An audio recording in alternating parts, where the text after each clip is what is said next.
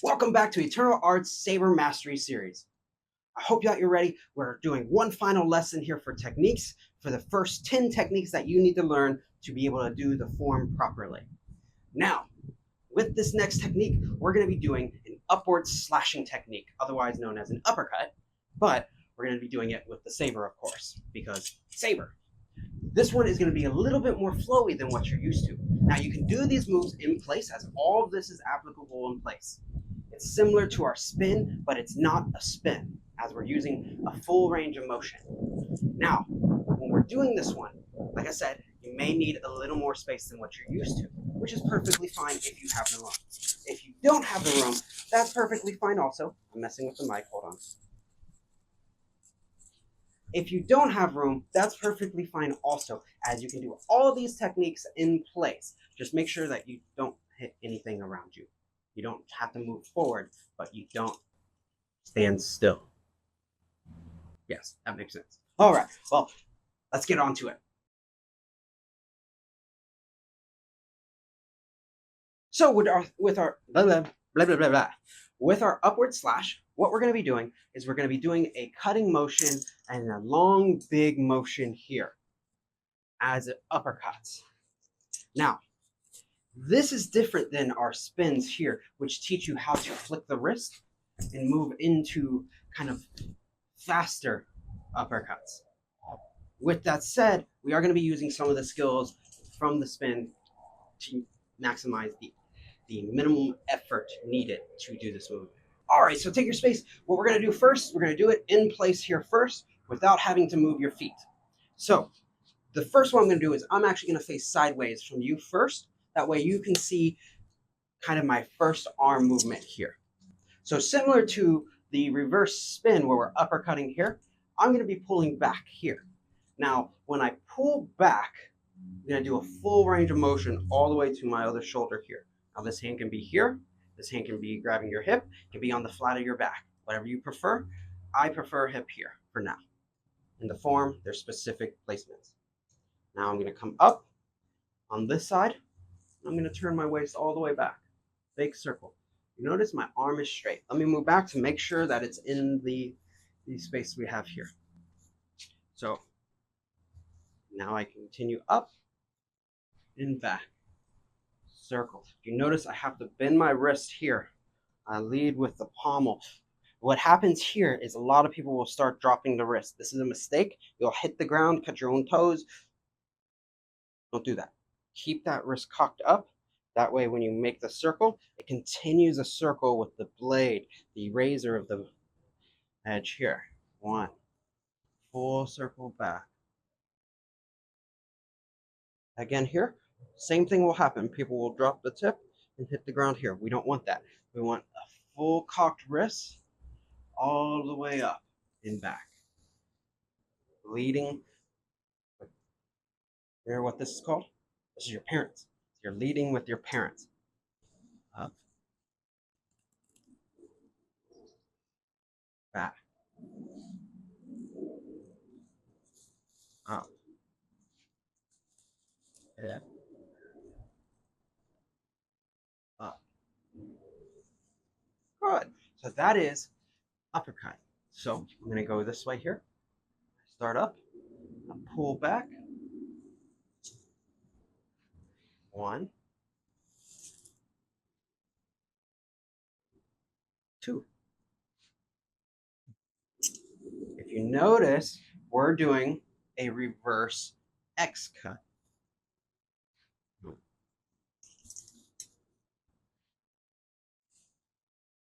This is also really good for your shoulders to work on strength and to turn the cuff. Now, if your shoulder is really tight and you can only go back over here, that's perfectly fine. Find your range of motion. What you can do to make it fit in the hallway is if your shoulder is tight and you can only go to there for now, just try and turn your waist a little more. You can even step out, pull back, and then move the foot back in here. One, two, I step my foot out to turn the way. Back. Now that should only really be done if you have a really stiff shoulder. You should be able to just pull and up. Up and out.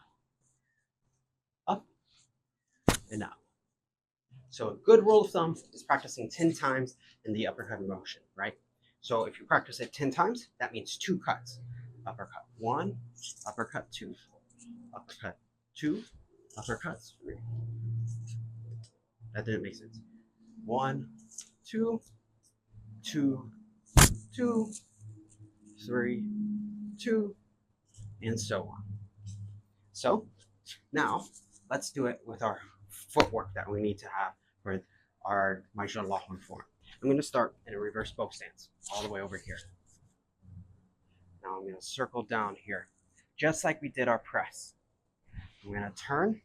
I'm going to move forward, bow stance, uppercut. And I'm going to turn, continue the circle, bow stance this way, circle, move forward, uppercut. Circle, move forward, uppercut. Now that I'm facing this way, because I ran out of room, I'm going to go this way now. Just change my direction. Back, push, bow stance, circle,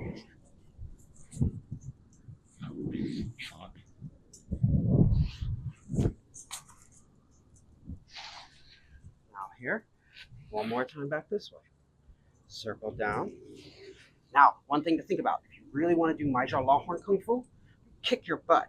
So when I kick my butt, I kick with the ball of my foot, move forward, here, then back, then turn, then I kick, here, then back, then turn, then I kick. Remember, kicking and getting low takes more room, but it can make the movement more elegant and proper. So when I move, right, move, 1, 2, into your next movement. Also, later on, you add jumping. So you have to have this movement here. That way you can jump later, but it all leads in with the uppercuts. So the drill one more time. Facing this way now. Circle down, move forward, 1, 2, 3, 4. What if I want to practice with very little room? I can go here, right? 2. Or you can do it just in place. 1, 2, 3. Or replace steps. 1, 2. So that is upward slash, right? But let's do it into a stance one more time. So I'm going to go from staff here, pull back, 1, move forward, uppercut 2, circle, uppercut 3. Now from here, I'm going to step up, right? Bring this foot up behind. Then I continue the circle. You can attack the groin. Probably crushing my mic. Let's try that one more time. So for reverse bow stance here. Circle down. 1, 2. Then I step up. When I step up, I continue the circle by dropping the tips. Up. Circle down. Now from here, I'm going to attack the groin, but I wait till the saber gets to here, then flick. Going forward for you. From here. 1. I'm going to do short steps because I know I don't have much camera room. 2. Now I'm going to step up behind here with my back foot. 3. And drop.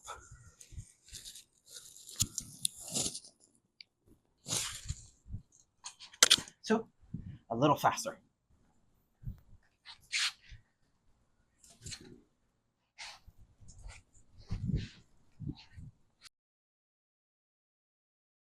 That is the upward slash. That is episode number 10. We have done 10 episodes of techniques. There might be 1 or 2 more techniques that we need to cover, but I think it's time that maybe we start moving on to form practice. and start stringing the techniques together that we're getting here. All right, so in the next series, we'll start putting the form together. That way you have a full set to practice. After the form, we'll start diving a little more into applications. I hope you're enjoying this series. We're going to keep going, go all the way from the very beginning to the very end of sabers. I have Muay Dao lessons already planned and shot, and then I also have some double saber stuff we're going to do and techniques against spear and saber. And yeah, we're just going to do it all. All right, well, I'll see you in the next class.